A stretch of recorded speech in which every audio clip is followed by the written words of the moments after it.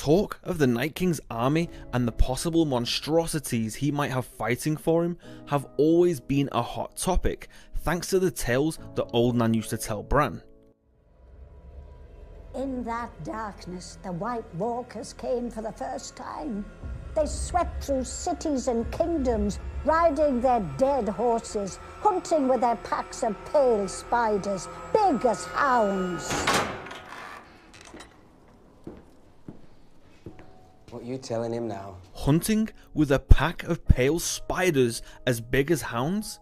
How awesome would it be if that part of Old Nan's tale turned out to be true? Also, we just got our first glimpse of white giants, which will be pretty epic to see those big fuckers in action and to see how Jon Snow plans on taking them down.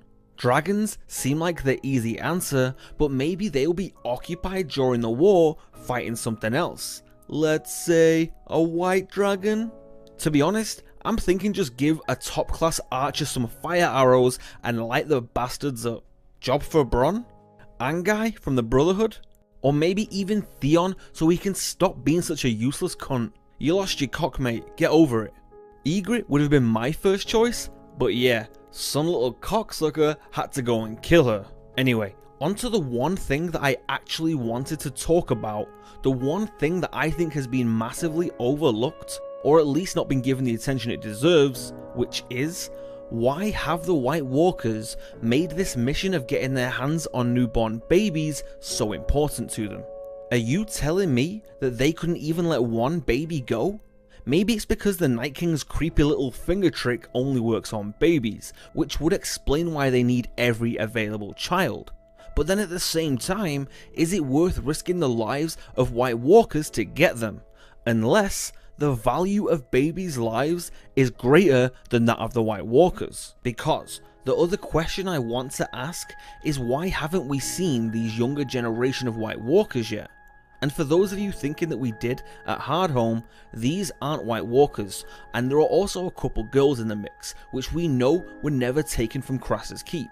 So, what purpose is the Night King saving these young White Walkers for?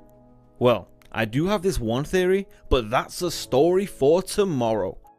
I'm just fucking with you guys, that's a story for now. I've always thought that White Walkers share a lot of similar traits to vampires. They're not dead, but they're not exactly alive the way humans are either. Also, they're stronger and cold to the touch. There's also the concept that when a human is first turned, they're referred to as newborns, and generally considered more dangerous as they still possess their human element, which makes them faster and stronger than usual. It's a bit like with Blade, half human, half vampire, all of their strengths and none of their weaknesses. Could this be why the Night King is saving his young White Walkers? A faster, stronger breed of White Walkers, and what if they're even immune to Dragonglass and Valyrian steel? I mean, they weren't created with Dragonglass, so why would they be vulnerable to it? Can you imagine though?